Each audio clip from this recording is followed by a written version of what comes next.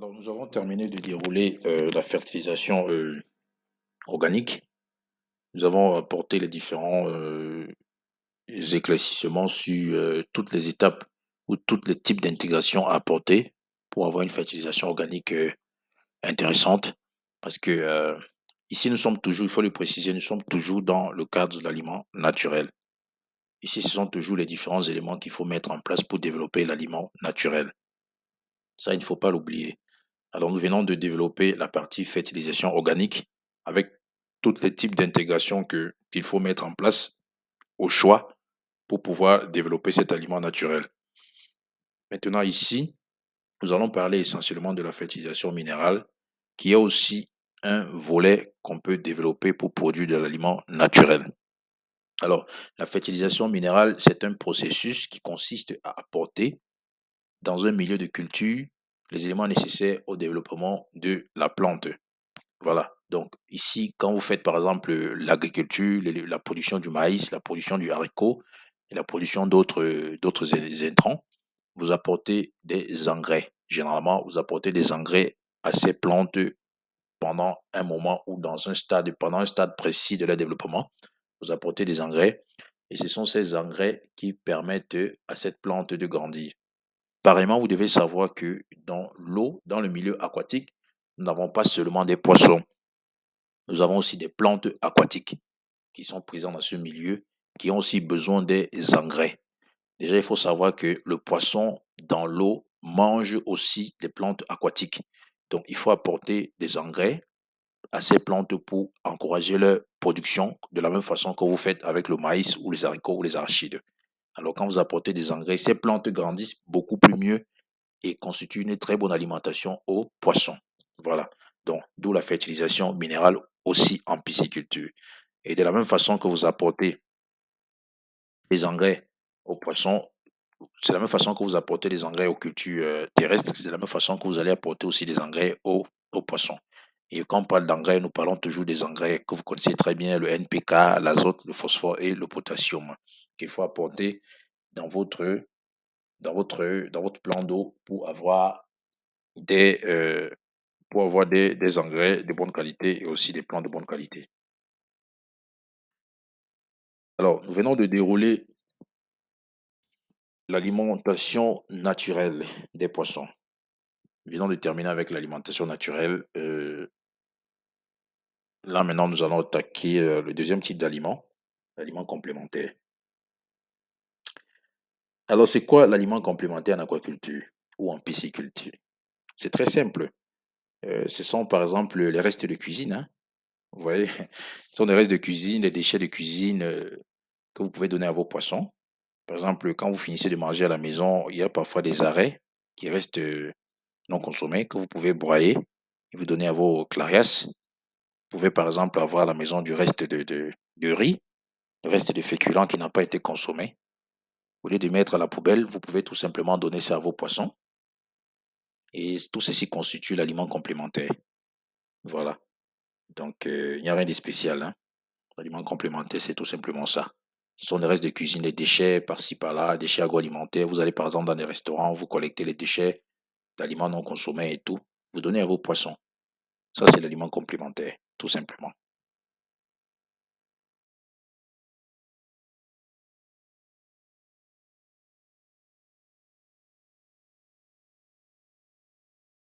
Voilà, nous allons évoquer ici aussi dans le cadre de l'alimentation des poissons, la production des asticots.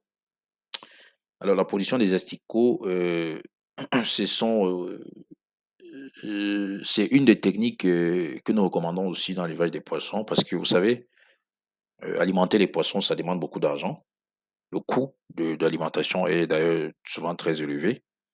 Voilà pourquoi nous conseillons de produire des asticots que vous pouvez donner à vos poissons pour essayer de réduire un peu l'important coût relatif à la production des aliments ou à l'importation des aliments à l'extérieur du Congo.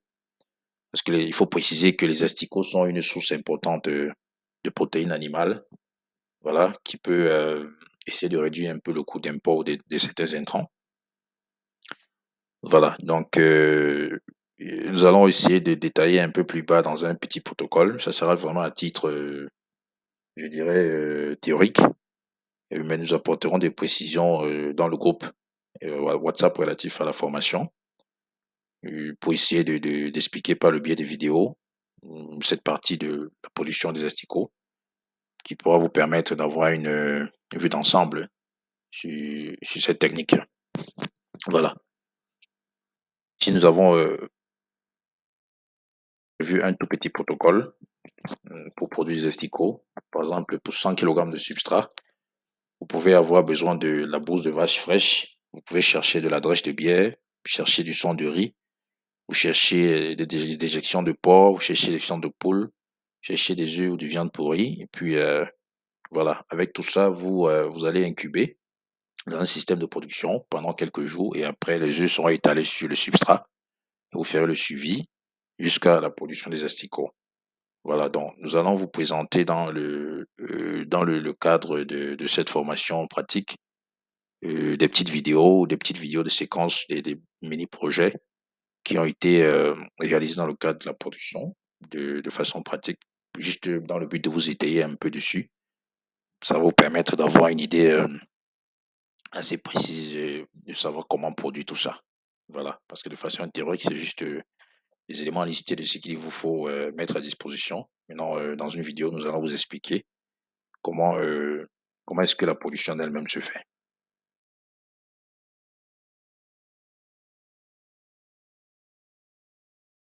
Alors, le dernier type d'aliment que nous allons préciser ici, c'est l'aliment complet. L'aliment complet ou l'aliment fabriqué par des hommes, si vous voulez, nous appelons ça comme ça. Alors, l'aliment complet, vous devez savoir que c'est un aliment qui tient compte de toutes les étapes du stade lavaire jusqu'au stade adulte. Donc, lorsque nous parlons d'aliment complet, ce n'est pas un seul type d'aliment, c'est un aliment qui se fait en plusieurs catégories ou aliments spécifiques. Nous avons l'aliment pour des larves, nous avons l'aliment démarrage, nous avons l'aliment croissance, nous avons l'aliment pré-grossissement, nous avons l'aliment grossissement et finition. Et il faut préciser que chaque catégorie d'aliments tient compte des besoins nutritionnels spécifiques du stade dans lequel il se trouve. Ça veut dire que vous ne pouvez pas prendre l'aliment prévu pour les larves pour donner aux poissons adultes. Vous ne pouvez pas prendre l'aliment prévu pour les adultes pour donner à un poisson qui est supposé manger l'aliment démarrage. Vous ne pouvez pas prendre l'aliment des reproducteurs pour donner à un poisson qui est supposé manger un aliment lavaire. Voilà, donc les différents types d'aliments complets, nous en avons 5 et chaque aliment complet correspond à un stade bien précis. Voilà, parce que à un stade bien précis, un besoin nutritionnel bien précis.